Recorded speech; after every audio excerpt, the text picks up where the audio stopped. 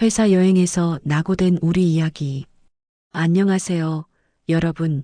오늘은 제가 직접 겪었던 잊을 수 없는 이야기를 들려드리려고 합니다. 지금으로부터 약 3년 전, 저희 회사에서 전 직원이 참여하는 대규모 워크샵 겸 단체 여행을 떠났던 때의 일입니다. 저는 그때 48살로 회사에서 중간 관리직을 맡고 있었습니다. 결혼은 했지만 아이가 없어서 부부만 살고 있었고 회사 일에만 매진하며 살아가고 있었죠. 그런 저에게 이번 여행은 그동안 쌓인 스트레스를 풀 수 있는 좋은 기회라고 생각했습니다. 여행지는 서해안의 작은 섬이었습니다. 이름하여 청산도라는 곳이었는데 그곳은 푸른 바다와 깨끗한 자연경관으로 유명한 곳이었죠. 회사에서는 이틀 동안의 일정으로 워크샵과 레크리에이션 그리고 자유시간을 적절히 배분해서 계획을 세웠습니다. 그런데 여기서 중요한 인물이 등장합니다. 바로 저희 부서의 김수진 과장이었습니다. 수진 씨는 저보다 5살 어린 43살로 이혼 후 혼자 아들 하나를 키우며 살고 있었습니다. 평소에는 업무적인 대화 외에는 별다른 교류가 없었지만 그녀의 성실함과 따뜻한 인품은 누구나 인정하는 바였습니다. 여행 첫날, 우리는 아침 일찍 회사 앞에서 전세버스에 올라탔습니다. 총 38명의 직원들이 들뜬 마음으로 버스에 탑승했죠. 저는 평소처럼 창가 자리에 앉아 창밖 풍경을 바라보며 여행에 대한 기대감을 키워나갔습니다. 수진 씨는 제 앞자리에 앉아 있었는데 가끔씩 뒤돌아보며 부장님, 날씨가 정말 좋네요라며 환한 미소를 지어 보였습니다. 3시간 정도의 버스 여행 끝에 우리는 항구에 도착했습니다. 그곳에서 배를 타고 약 40분 정도 더 가야 청산도에 도착할 수 있었죠. 배 위에서 바라본 서해의 풍경은 정말 장관이었습니다. 푸른 바다 위로 크고 작은 섬들이 점점이 떠 있는 모습이 마치 한 폭의 그림 같았습니다. 청산도에 도착한 우리는 먼저 숙소에 짐을 풀었습니다. 펜션 형태의 숙소였는데 저는 혼자 쓸 수 있는 작은 방을 배정받았습니다. 수진 씨는 다른 여직원들과 함께 쓰는 방에 들어갔죠. 짐을 정리한 후 우리는 점심을 먹고 본격적인 워크샵에 들어갔습니다. 그날 오후 워크샵은 팀 빌딩과 소통을 주제로 한 프로그램이었습니다. 평소 업무에서는 볼 수 동료들의 다양한 면을 발견할 수 있어서 흥미로웠죠. 특히 수진 씨가 팀 활동에서 보여준 리더십과 창의성은 인상 깊었습니다. 저는 그때 처음으로 그녀를 업무적인 관계를 넘어서 한 명의 매력적인 여성으로 바라보게 되었습니다. 저녁 시간이 되어 우리는 펜션 근처의 해변가 식당에서 회식을 했습니다. 싱싱한 회와 구이, 그리고 막걸리가 어우러진 저녁 식사는 정말 맛있었습니다. 동료들과 함께 나누는 이야기들도 평소보다 훨씬 편안하고 진솔했죠. 수진 씨는 제 옆자리에 앉아서 가끔씩 안주를 권하며 부장님도 가끔은 이렇게 여유를 즐기셔야 해요라고 말했습니다. 회식이 끝난 후 일부 직원들은 펜션으로 돌아가 휴식을 취했지만 저를 포함한 10명 정도는 해변가를 산책하기로 했습니다. 밤바다의 정취를 만끽하며 걷는 산책은 정말 로맨틱했습니다. 달빛이 바다에 반사되어 은빛 물결을 만들어내고 파도 소리가 자연스러운 배경음악이 되어 주었죠. 그런데 산책을 하던 중 예상치 못한 일이 벌어졌습니다. 수진 씨가 갑자기 비틀거리더니 어지러워요라고 말하며 주저앉는 것이었습니다. 평소 술을 거의 마시지 않던 그녀가 저녁 식사 때 동료들의 권유로 막걸리를 몇 잔 마신 것이 원인인 것 같았습니다. 다른 동료들은 계속 산책을 하겠다며 앞서 가버렸고 저만 그녀 곁에 남게 되었습니다. 괜찮으세요? 펜션으로 돌아가실까요? 제가 걱정스럽게 물어보자 수진 씨는 고개를 저으며 잠깐만 앉아 있으면 괜찮을 것 같아요라고 답했습니다. 우리는 해변가의 작은 벤치에 나란히 앉아서 밤바다를 바라보며 이야기를 나누기 시작했습니다. 그때까지만 해도 이것이 우리 관계에 큰 변화를 가져올 시작점인지는 전혀 몰랐습니다.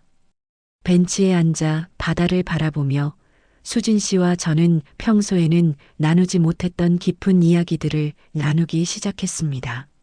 술 기운 때문인지 아니면 이 특별한 분위기 때문인지 그녀는 평소보다 훨씬 솔직하고 진솔한 모습을 보여주었습니다.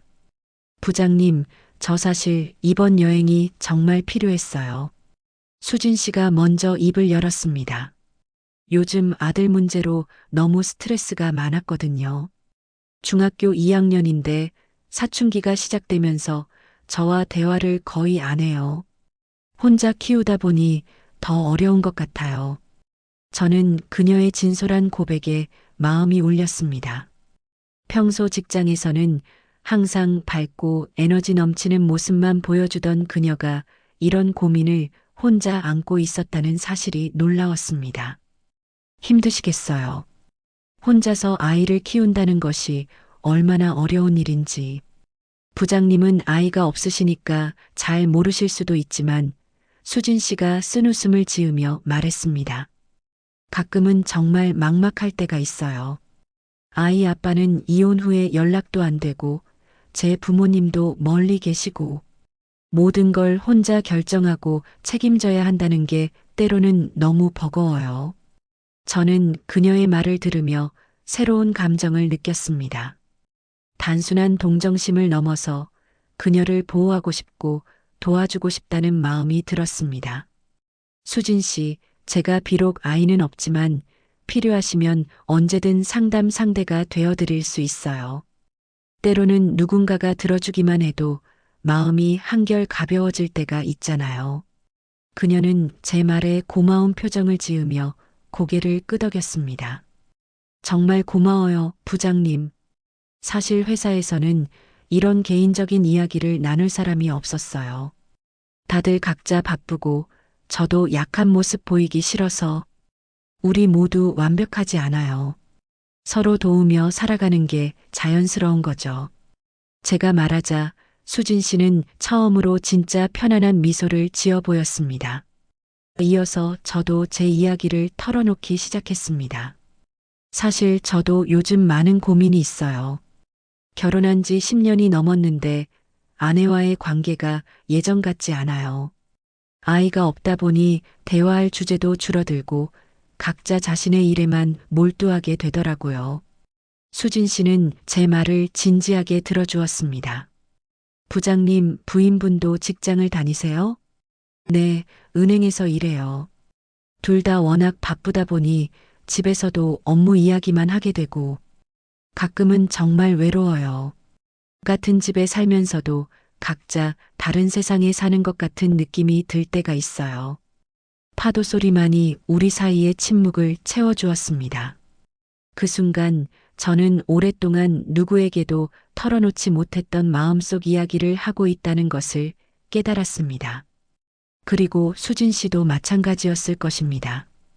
인생이 참 복잡해요. 수진 씨가 한숨을 쉬며 말했습니다. 젊을 때는 사랑만 있으면 모든 걸 할 수 있을 것 같았는데 나이가 들수록 현실의 벽이 높다는 걸 느껴요. 책임감은 무거워지고 꿈은 점점 멀어지고 그래도 포기하면 안 되죠. 우리 나이에도 새로운 시작은 얼마든지 가능해요. 제가 말하자 수진 씨는 의외라는 표정을 지었습니다. 부장님은 낙천적이시네요. 전 요즘 그런 희망을 갖기가 어려워요. 매일매일이 그냥 버티는 느낌이에요. 수진 씨, 지금 이 순간만 봐도 그렇지 않나요? 우리가 이렇게 바다를 보며 진솔한 대화를 나누고 있잖아요. 어제까지만 해도 상상할 수 없었던 일이에요. 그녀는 제 말에 잠시 생각에 잠겼습니다. 그리고는 작은 미소를 지으며 말했습니다. 맞아요. 정말 신기해요. 부장님과 이렇게 개인적인 이야기를 나누게 될 줄은 몰랐어요. 시간이 흘러 벤치에 앉은 지 1시간이 넘었을 무렵 수진 씨의 컨디션도 많이 나아졌습니다. 이제 좀 괜찮은 것 같아요. 펜션으로 돌아가야겠어요. 우리는 천천히 일어나서 펜션으로 향했습니다. 걸어가는 동안에도 대화는 계속되었습니다. 일상의 소소한 이야기부터 인생관에 대한 깊은 생각까지 우리는 마치 오랜 친구처럼 편안하게 이야기를 나누었습니다. 펜션에 도착해서 각자의 방으로 들어가기 전 수진 씨가 제게 말했습니다. 부장님, 오늘 정말 고마웠어요. 오랜만에 마음이 편해지는 시간이었어요. 저도 마찬가지예요. 좋은 밤 되세요. 저는 그렇게 인사하고 제 방으로 들어갔지만 쉽게 잠들 수가 없었습니다. 오늘 밤의 대화가 계속 머릿속을 맴돌았고 수진 씨에 대한 새로운 감정이 마음 한편에 자리 잡고 있음을 느꼈습니다. 그날 밤 저는 오랜만에 누군가와 진정한 소통을 했다는 만족감과 동시에 이 감정이 어디로 향할지에 대한 불안감을 동시에 느끼며 밤을 보냈습니다. 둘째 날 아침은 맑고 화창했습니다. 어젯밤의 깊은 대화가 꿈이었나 싶을 정도로 수진 씨는 평소와 다름없이 밝은 모습으로 아침 식사 자리에 나타났습니다. 하지만 가끔씩 제 눈과 마주칠 때면 어젯밤의 기억을 공유하고 있다는 듯한 묘한 미소를 지어 보였습니다. 오전 일정은 섬 투어였습니다. 청산도의 유명한 관광지들을 돌아보는 프로그램이었죠. 우리는 몇 개의 팀으로 나뉘어서 각기 다른 루트로 섬을 탐방하기로 했습니다. 저와 수진 씨는 같은 팀이 되었고 총 8명이 함께 움직이게 되었습니다. 첫 번째 목적지는 청산도 등대였습니다. 섬의 가장 높은 곳에 위치한 등대에서 바라본 풍경은 정말 환상적이었습니다. 에메랄드빛 바다와 크고 작은 섬들이 어우러진 모습이 마치 보석을 뿌려놓은 것 같았죠. 수진 씨는 그 풍경에 감탄하며 정말 아름답네요. 이런 곳이 우리나라에 있다는 게 신기해요라고 말했습니다. 사진 찍어드릴까요? 제가 물어보자 수진 씨는 수줍게 고개를 끄덕였습니다. 저는 그녀의 사진을 찍어주었고 그녀도 제 사진을 찍어주었습니다. 그리고는 다른 팀원들에게 부탁해서 우리 둘이 함께 찍은 사진도 남겼습니다. 그때는 단순히 여행의 추억을 남기는 것이라고 생각했지만 나중에 그 사진들이 얼마나 소중한 의미를 갖게 될지는 몰랐습니다. 두 번째 목적지는 천년의 숲이라고 불리는 곳이었습니다. 울창한 숲길을 걸으며 자연의 신선한 공기를 마실 수 있는 곳이었죠. 팀원들은 각자의 속도로 걸어가느라 자연스럽게 흩어지게 되었습니다. 저와 수진 씨는 비슷한 속도로 걸으며 자연스럽게 둘만의 시간을 갖게 되었습니다. 부장님, 어젯밤 이야기 생각해 보니까 정말 신기해요. 수진 씨가 숲길을 걸으며 말했습니다. 평소에는 이런 개인적인 이야기를 하지 않는데 어떻게 그렇게 자연스럽게 나누게 되었을까요? 아마 이 특별한 환경 때문이 아닐까요? 일상에서 벗어나니까 마음도 더 열리게 되는 것 같아요. 제가 답하자 수진 씨는 고개를 끄덕였습니다. 맞아요. 집에서는 항상 아들 걱정, 일 걱정으로 머리가 복잡한데 여기서는 그런 걱정들이 잠시 사라지는 느낌이에요. 우리는 숲길의 중간쯤에 있는 작은 쉼터에서 잠시 휴식을 취했습니다. 나무 벤치에 앉아서 물을 마시며 대화를 계속했습니다. 그때 수진 씨가 갑자기 진지한 표정을 지으며 말했습니다. 부장님, 저 혹시 어젯밤에 너무 많은 이야기를 한 건 아닐까요? 술 때문에 평소보다 많이 털어놓은 것 같은데. 전혀요. 오히려 감사했어요. 저도 오랫동안 누구에게도 하지 못했던 이야기를 할 수 있어서 마음이 한결 가벼워졌어요. 다행이에요. 사실 아침에 일어나서 혹시 부장님이 부담스러워 하시지 않을까 걱정했거든요. 수진 씨, 우리 이제 서로를 더 잘 알게 된 것 같아서 좋아요. 앞으로도 이런 대화를 나눌 수 있으면 좋겠어요. 그녀는 제 말에 환한 미소를 지었습니다. 저도 그랬으면 좋겠어요. 점심시간이 되어 우리는 섬의 중심가에 있는 식당에서 만날 예정이었습니다. 하지만 운명은 때로 예상치 못한 방향으로 흘러가기 마련입니다. 점심을 먹고 오후 일정을 시작하려던 순간 갑자기 날씨가 급변하기 시작했습니다. 아침까지만 해도 맑았던 하늘이 순식간에 먹구름으로 뒤덮이더니 강한 바람과 함께 비가 내리기 시작했습니다. 처음에는 소나기 정도로 생각했는데 시간이 지날수록 비는 더욱 거세졌고 바람도 강해졌습니다. 식당 사장님이 걱정스러운 표정으로 말했습니다. 오늘 기상청에서 갑작스러운 폭풍주의보를 발령했네요. 배 운항이 전면 중단되었다고 합니다. 저희 팀장님이 급히 여행사에 연락을 취했지만 돌아오는 답은 모두 같았습니다. 날씨가 좋아질 때까지는 배가 운항할 수 없다는 것이었습니다. 기상청 예보에 따르면 이 폭풍은 최소 하루는 지속될 것으로 예상된다고 했습니다. 그럼 우리 어떻게 해야 하죠? 한 동료가 걱정스럽게 물었습니다. 일단 오늘은 여기서 하루 더 머물 수밖에 없을 것 같습니다. 숙소에 연락해서 방을 연장할 수 있는지 알아보겠습니다. 팀장님이 답했습니다. 하지만 문제가 생겼습니다. 오늘이 주말이라 다른 관광객들도 많았고 갑작스럽게 체류 기간이 연장되면서 숙소가 부족해진 것입니다. 펜션 사장님은 죄송하다며 전체 인원을 수용할 수 없다고 했습니다.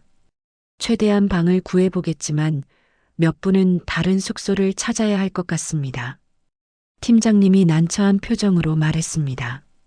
그 순간 저는 자원했습니다. 저는 다른 곳을 알아보겠습니다. 그리고 수진 씨도 저도 함께 알아보겠다고 나섰습니다. 우리는 우산을 들고 빗속을 헤매며 섬 곳곳의 숙소들을 찾아다녔습니다. 하지만 어디든 방이 없거나 이미 만실이라는 답만 돌아왔습니다. 1시간 넘게 돌아다닌 끝에 마지막 희망으로 찾아간 곳은 섬의 끝자락에 있는 작은 민박집이었습니다. 죄송해요. 저희도 방이 하나밖에 없어요.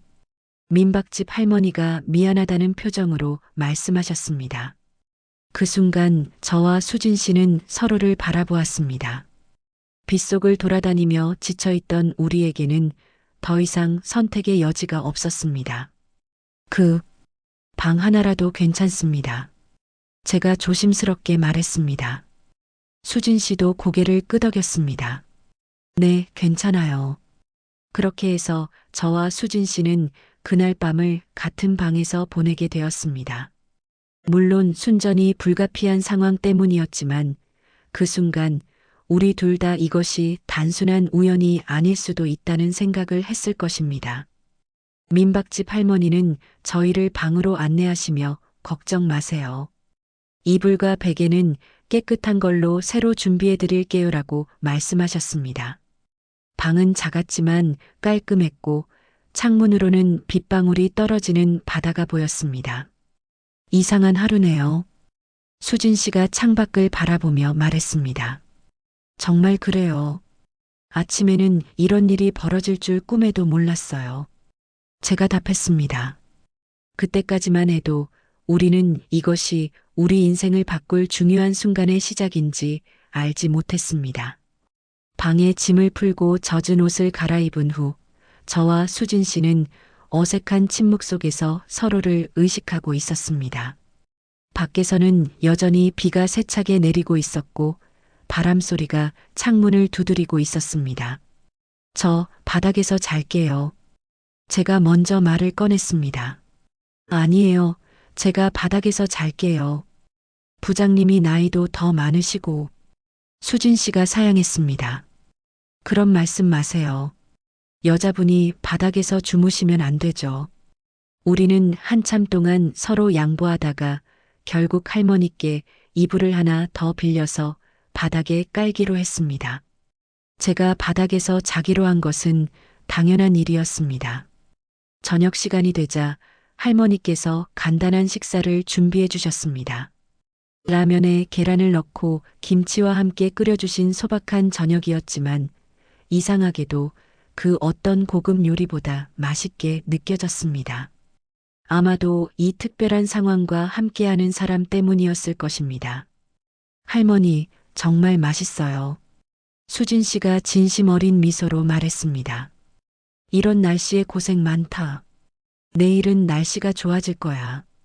할머니께서 자상하게 말씀해 주셨습니다.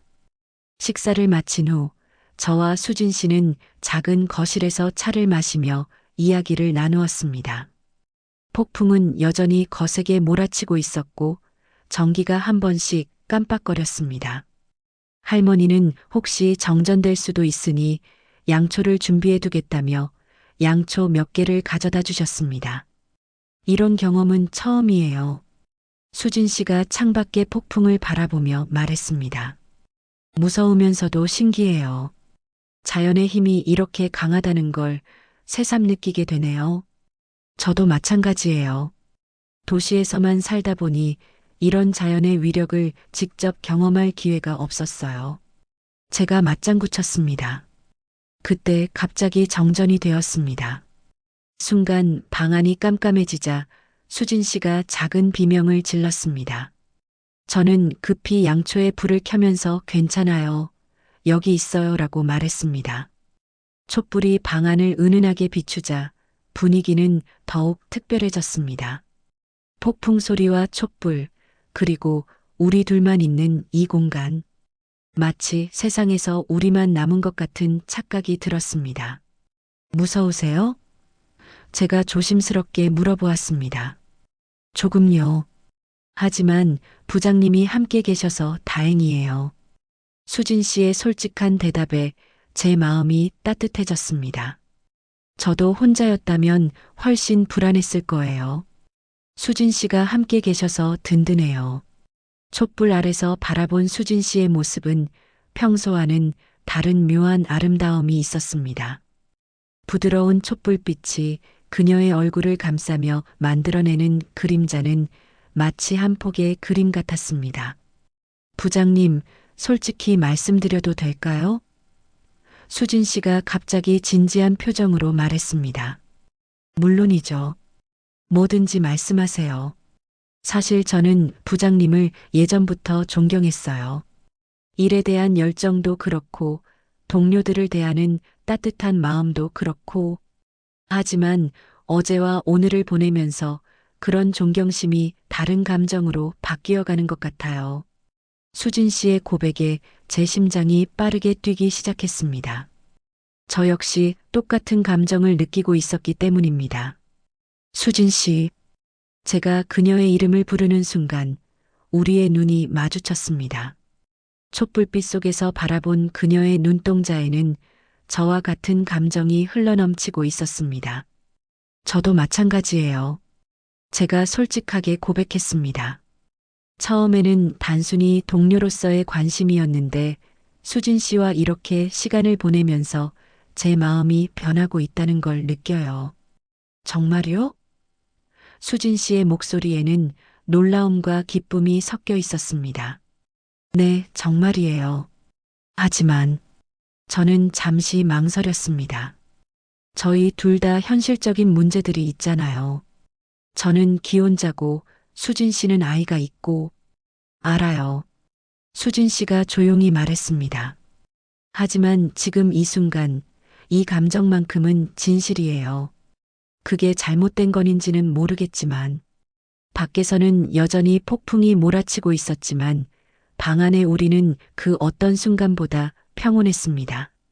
마치 폭풍의 눈 속에 있는 것처럼 세상의 모든 소음이 사라지고 우리 둘만 존재하는 것 같았습니다. 수진 씨, 우리 이 감정을 어떻게 해야 할까요?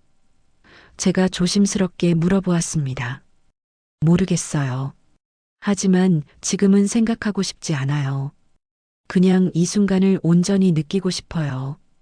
우리는 더 이상 말하지 않았습니다. 때로는 말보다 침묵이 더 많은 것을 전달할 수 있다는 것을 그때 알았습니다. 촛불이 천천히 타들어가는 동안 우리는 서로를 바라보며 이 특별한 순간을 마음속에 깊이 새겨 넣었습니다. 한참 후 전기가 다시 들어왔습니다. 갑작스럽게 방이 밝아지자 우리는 마치 꿈에서 깨어난 것처럼 서로를 바라보았습니다. 하지만 촛불 아래에서 나눈 그 진실한 순간들은 사라지지 않았습니다. 이제 정말 늦었네요. 주무시죠. 제가 말했습니다. 네, 좋은 밤 되세요. 수진 씨도 부드럽게 답했습니다. 각자 잠자리에 누웠지만 우리 둘 다 쉽게 잠들 수 없었을 것입니다. 저는 바닥에 누워 천장을 바라보며 오늘 하루 있었던 일들을 되새겼습니다. 그리고 내일이 되면 이 모든 것이 꿈처럼 사라져버릴까봐 두려웠습니다. 부장님, 아직 안 주무세요? 어둠 속에서 수진 씨의 작은 목소리가 들려왔습니다. 네, 잠이 안 와요. 수진 씨도 그런가 보네요. 네, 너무 많은 일이 하루에 일어났어요. 머릿속이 복잡해서. 수진 씨, 우리 내일도 솔직하게 지낼 수 있을까요? 글쎄요. 하지만 최소한 서로에게 거짓말은 하지 말아요. 설령 현실로 돌아가더라도 약속해요. 그렇게 우리는 약속을 주고받으며 긴 밤을 보냈습니다. 폭풍은 새벽녘까지 계속되었고 우리의 마음속 폭풍도 그와 함께 거세게 몰아치고 있었습니다. 하지만 그 폭풍 속에서 우리는 서로에 대한 진실한 감정을 발견할 수 있었습니다. 새벽이 되어서야 비가 그치기 시작했고 저와 수진 씨는 그제야 깊은 잠에 빠져들었습니다. 하지만 잠들기 전 마지막 순간까지 우리는 서로의 존재를 의식하고 있었습니다. 이 특별한 밤이 우리 관계의 전환점이 될 것이라는 것을 직감적으로 알고 있었던 것 같습니다. 그날 밤은 정말 길고도 짧았습니다. 길었던 이유는 잠들지 못하고 많은 생각을 했기 때문이고 새벽 6시경 창문으로 들어오는 햇살에 잠에서 깨어났습니다. 어젯밤의 폭풍이 거짓말처럼 사라지고 맑고 화창한 아침이 펼쳐져 있었습니다. 하지만 제 마음은 여전히 복잡했습니다. 어젯밤 일어난 일들이 꿈이었나 싶을 정도로 비현실적으로 느껴졌거든요. 조심스럽게 고개를 들어 침대를 바라보니 수진 씨도 이미 잠에서 깨어 창밖을 바라보고 있었습니다. 우리의 눈이 마주치자 둘 다 당황한 듯 시선을 피했습니다. 어젯밤의 그 진솔하고 따뜻했던 분위기와는 사뭇 다른 어색한 공기가 방 안을 감돌았습니다. 안녕히 주무셨어요? 제가 먼저 인사를 건넸습니다. 네. 부장님도 안녕히 주무셨나요? 수진 씨의 목소리에는 어젯밤과는 다른 조심스러움이 묻어 있었습니다. 우리는 각자 세면을 하고 짐을 정리했습니다. 그 과정에서도 별다른 대화는 없었습니다. 마치 어젯밤의 깊은 대화와 감정의 교류가 없었던 것처럼요. 하지만 동시에 우리 둘 다 그 순간들을 잊을 수 없다는 것도 알고 있었습니다. 할머니께서 아침 식사를 준비해 주셨습니다. 김치찌개와 갓 지은 밥, 그리고 집에서 직접 담근 반찬들이 소박하지만 정성이 가득한 상차림이었습니다. 잘 주무셨어요? 어젯밤 폭풍이 심해서 걱정했는데 할머니께서 자상하게 물어보셨습니다. 네, 덕분에 잘 잤습니다. 정말 감사합니다. 저와 수진 씨가 거의 동시에 답했습니다. 오늘은 날씨가 완전히 좋아졌네요. 배도 정상 운항한다고 하니까 걱정 마세요. 할머니의 말씀에 저희는 안도의 표정을 지었습니다. 하지만 동시에 이제 정말 현실로 돌아가야 한다는 아쉬움도 느꼈습니다. 아침 식사를 마치고 할머니께 인사를 드린 후 저희는 다른 동료들이 머물고 있는 펜션으로 향했습니다. 걸어가는 동안 우리는 여전히 어색한 침묵을 유지했습니다. 가끔씩 말을 꺼내려다가도 무슨 말을 해야 할지 몰라서 입을 다물곤 했습니다. 부장님, 수진 씨가 드디어 입을 열었습니다. 어젯밤 일에 대해서. 네, 말씀하세요. 저도 이 대화가 필요하다는 것을 알고 있었습니다. 저희가 너무 감정에 휩쓸렸던 것 같아요. 특별한 상황이었으니까. 수진 씨의 목소리가 점점 작아졌습니다. 제 마음은 복잡했습니다. 한편으로는 수진 씨의 말이 맞다고 생각했지만 다른 한편으로는 어젯밤의 감정들이 단순히 특별한 상황 때문만은 아니었다고 확신했습니다. 수진 씨, 저는 어젯밤의 모든 순간이 진실했다고 생각해요. 물론 현실적인 문제들이 있다는 것도 알고 있지만 저도 그래요. 수진 씨가 제 말을 끊으며 말했습니다. 하지만 그렇기 때문에 더 조심해야 하는 것 아닐까요? 우리 둘 다 지켜야 할 것들이 있잖아요. 우리는 펜션 근처의 작은 벤치에 앉아서 이야기를 계속했습니다. 이틀 전 같은 장소에서 나눈 대화와는 전혀 다른 성격의 대화였습니다. 그럼 우리 어떻게 해야 할까요? 제가 물어보았습니다. 모르겠어요. 솔직히 말하면 제 마음도 혼란스러워요. 어젯밤의 감정들을 부정할 수는 없지만 동시에 현실도 무시할 수 없고 저도 마찬가지예요. 하지만 한 가지는 확실해요. 수진 씨와 함께한 이 시간들이 제게는 정말 소중했다는 것. 수진 씨는 제 말에 잠시 생각에 잠겼습니다. 그리고는 작은 미소를 지으며 말했습니다. 저에게도 정말 소중한 시간이었어요. 오랫동안 잊지 못할 것 같아요. 그럼 우리 일단 회사로 돌아가서 생각해 보는 건 어떨까요? 시간이 필요할 것 같아요. 네, 그게 좋을 것 같아요. 펜션에 도착하자 동료들이 우리를 반갑게 맞아주었습니다. 어디서 밤을 보냈는지, 무사한지 걱정스러워하는 목소리들이 들려왔습니다. 걱정 끼쳐드려서 죄송해요. 민박집에서 하룻밤 잘 보냈습니다. 제가 간단히 설명했습니다. 다행이네요. 우리도 어젯밤 정전되고 난리였어요. 한 동료가 말했습니다. 팀장님이 다가와서 배가 10시에 출발한다고 하니까 짐 챙겨서 항구로 가야겠어요 라고 말했습니다. 짐을 챙기고 항구로 향하는 동안 저와 수진 씨는 자연스럽게 다른 동료들과 섞여서 각각 다른 그룹과 함께 걸었습니다. 마치 서로 거리를 두려고 하는 것처럼요. 하지만 가끔씩 시선이 마주칠 때면 복잡한 감정들이 교차했습니다. 배에 오른 후 저는 갑판에서 청산도를 바라보았습니다. 어제까지만 해도 단순한 여행지였던 이 섬이 이제는 특별한 의미를 가진 곳이 되어버렸습니다. 제 인생에서 잊을 수 없는 이틀을 보낸 곳이 되었으니까요. 수진 씨도 반대편 갑판에서 섬을 바라보고 있었습니다. 우리는 서로 다른 곳에 서 있었지만 같은 마음으로 이 섬과 작별 인사를 하고 있다는 것을 알 수 있었습니다. 부장님, 뭔가 많은 생각에 잠겨 계시네요. 옆에 있던 후배 직원이 말을 걸어왔습니다.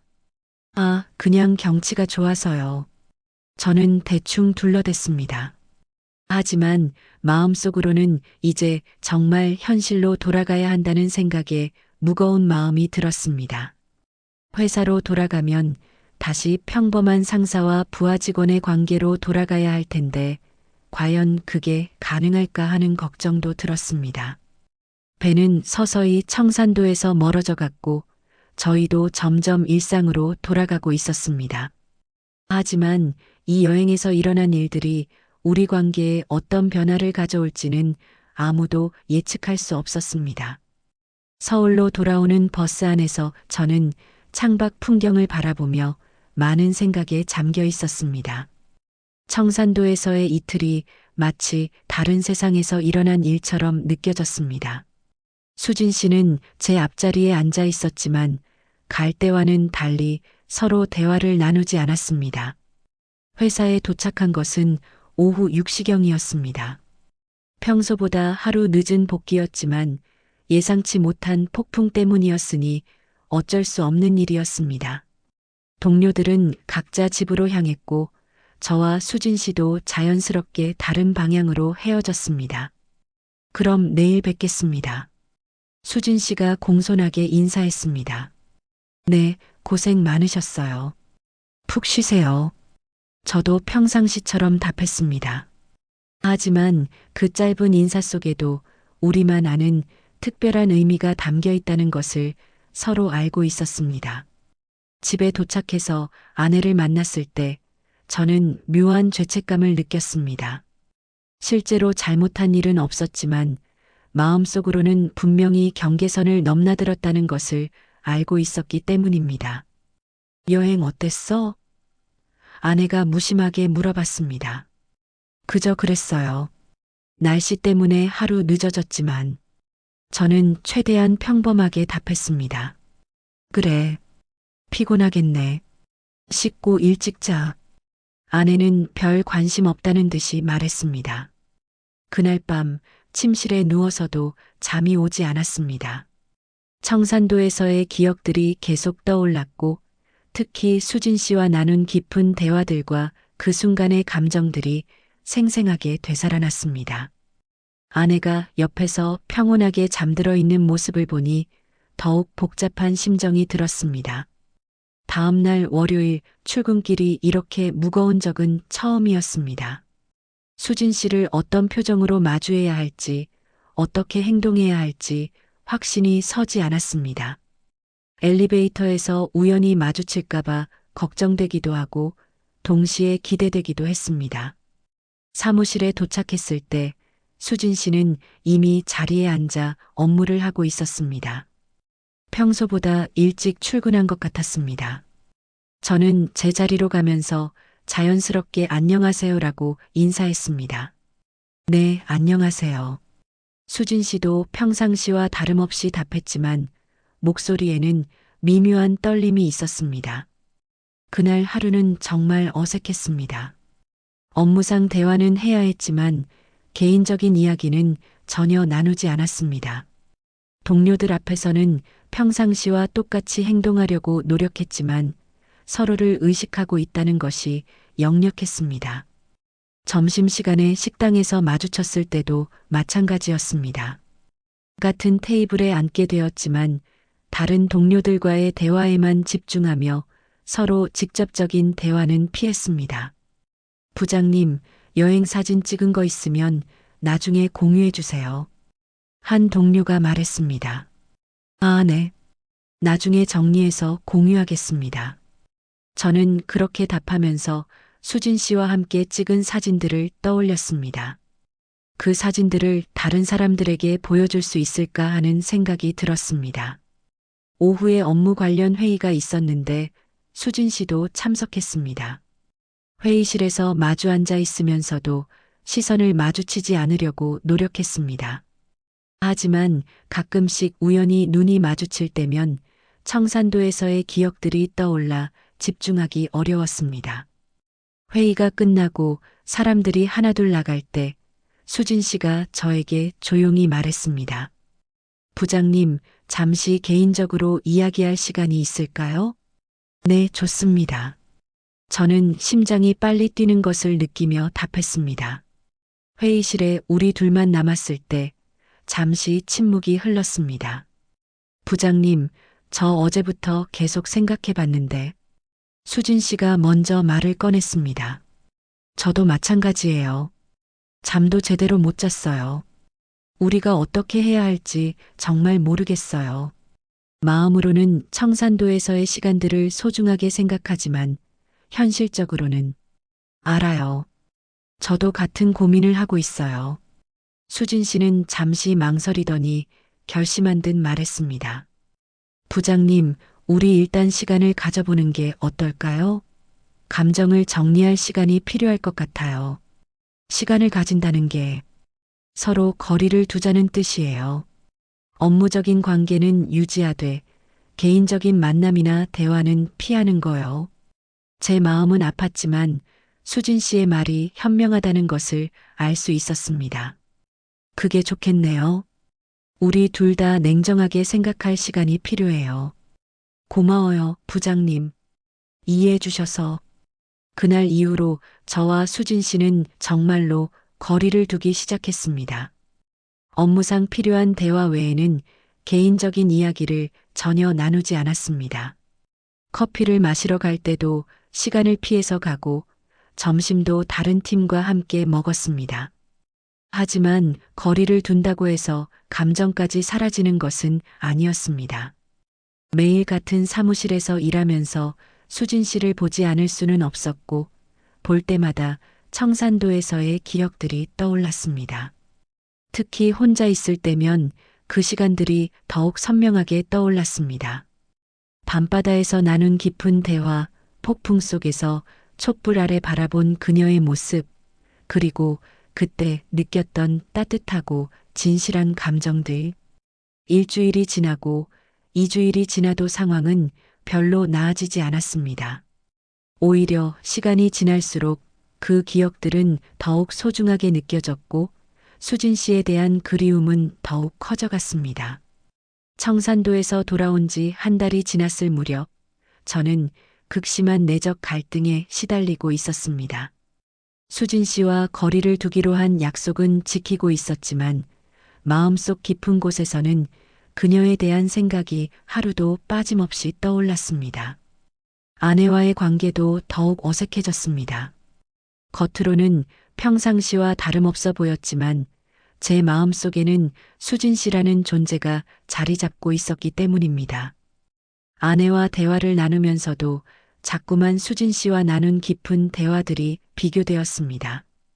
요즘 뭔가 달라 보여. 어느 날 저녁 아내가 말했습니다. 뭐가요? 저는 깜짝 놀라며 물어봤습니다. 표정이 항상 무언가 생각에 잠겨 있는 것 같아. 회사에서 무슨 일 있어? 아니에요. 그냥 업무가 좀 복잡해서. 아내는 더 이상 묻지 않았지만 저는 제 변화가 겉으로 드러나고 있다는 사실에 불안해졌습니다. 사무실에서도 마찬가지였습니다. 수진 씨와는 여전히 업무적인 관계만 유지하고 있었지만 그녀를 볼 때마다 마음이 흔들렸습니다. 특히 그녀가 다른 동료들과 웃으며 대화하는 모습을 보면 괜한 질투심까지 들었습니다. 어느 날 오후 우연히 수진 씨가 전화로 아들과 통화하는 것을 들었습니다. 응, 엄마가 늦어도 걱정하지 마. 저녁은 냉장고에 있는 도시락 데워 먹어. 수진 씨의 목소리에는 미안함과 걱정이 섞여 있었습니다. 전화를 끊은 후 수진 씨의 표정이 어두워지는 것을 봤습니다. 아마도 아들과의 관계나 혼자 키우는 것에 대한 부담감 때문일 것이었습니다. 저는 다가가서 위로의 말이라도 건네고 싶었지만 우리가 정한 거리두기 때문에 그럴 수 없었습니다. 그날 밤 집에서 혼자 있을 때 저는 깊은 고민에 빠졌습니다.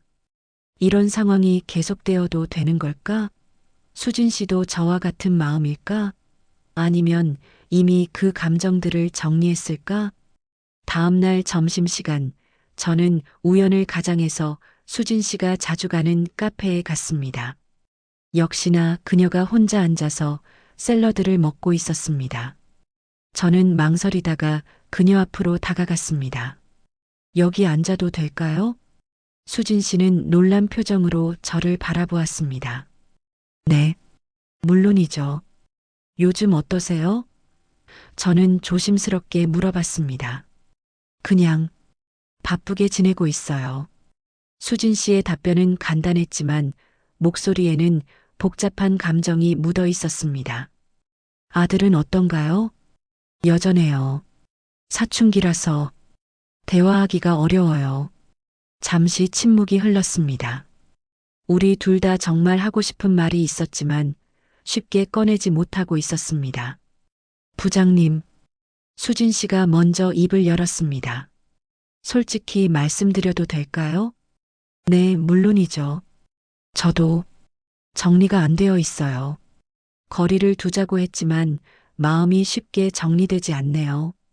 수진 씨의 고백에 제 마음이 뛰기 시작했습니다. 저도 마찬가지예요.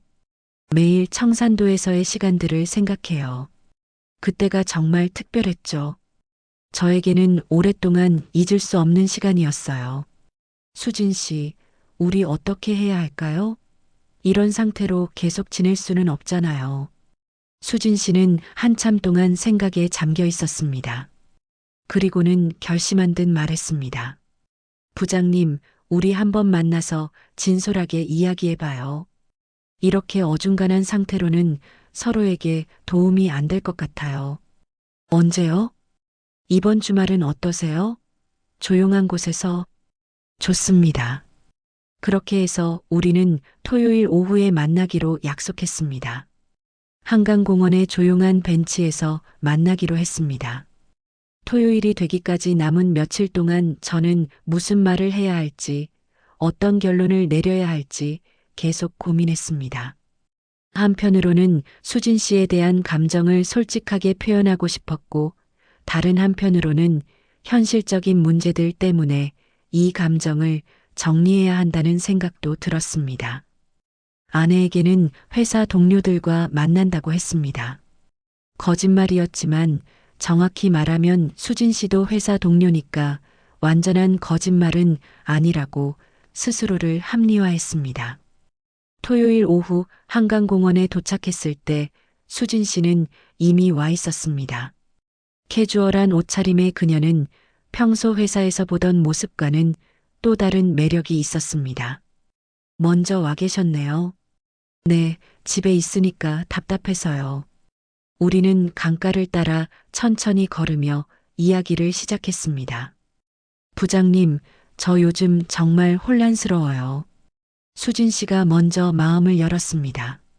청산도에서 느꼈던 감정들이 진짜였는지 아니면 단순히 특별한 상황 때문이었는지 저도 같은 고민을 하고 있어요.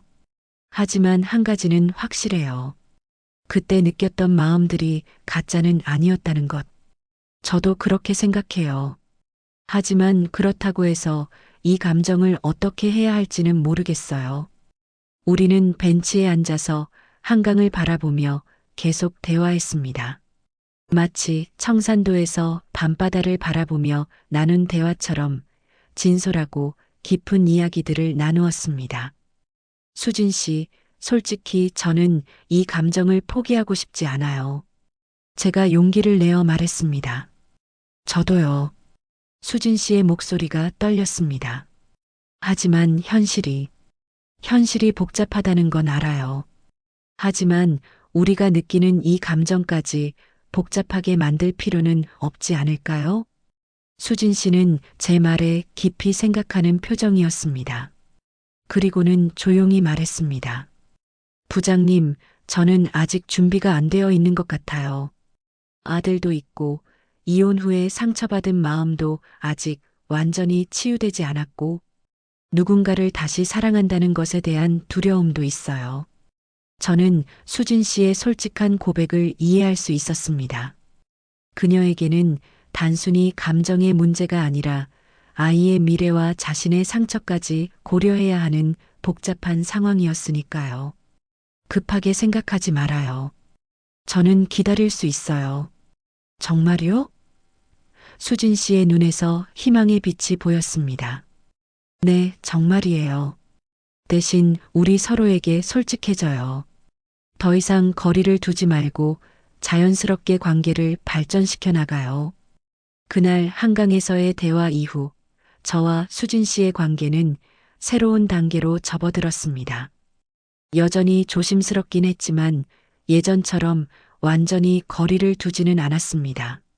점심을 함께 먹기도 하고 업무 후에 커피를 마시며 일상적인 대화를 나누기도 했습니다.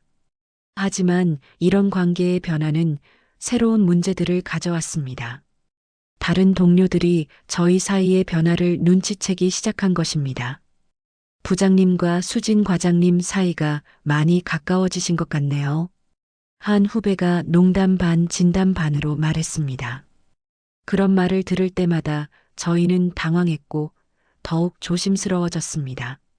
회사에서는 최대한 자연스럽게 행동하려고 노력했지만 감정을 완전히 숨기기는 어려웠습니다. 그로부터 2달이 더 지났습니다. 저와 수진 씨는 천천히 그리고 조심스럽게 서로에 대해 알아가고 있었습니다. 청산도에서 시작된 감정이 일시적인 것이 아니라는 것을 확인해가는 과정이었습니다. 어느 날 저녁 수진 씨가 아들 문제로 고민이 있다며 상담을 요청했습니다. 회사 근처의 조용한 카페에서 만나 이야기를 나누었는데 그녀의 고민을 들어주고 조언을 해드리는 과정에서 저희는 더욱 가까워졌습니다. 부장님 덕분에 마음이 많이 편해졌어요. 정말 감사해요. 수진 씨가 진심 어린 미소를 지으며 말했습니다. 저도 수진 씨의 이야기를 들어드릴 수 있어서 기뻐요. 혼자 고민하지 마시고 언제든 말씀해 주세요. 그날 밤 집으로 돌아가는 길에 수진 씨가 갑자기 말했습니다. 부장님, 저 이제 확신이 서는 것 같아요. 무엇에 대한 확신이요?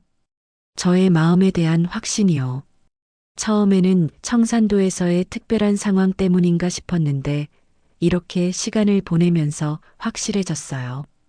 제가 부장님을 정말 좋아한다는 것을. 수진 씨의 고백에 제 마음이 뛰기 시작했습니다. 이토록 오랫동안 기다려온 말이었습니다.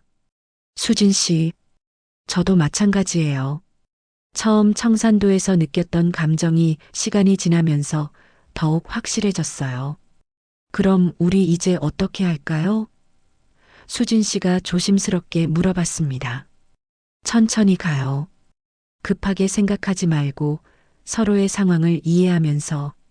그때 수진 씨가 제 손을 살짝 잡았습니다. 청산도 이후 처음으로 이런 스킨십이 있었습니다. 고마워요, 부장님. 기다려주셔서. 저야말로 고마워요. 용기를 내어 마음을 열어주셔서.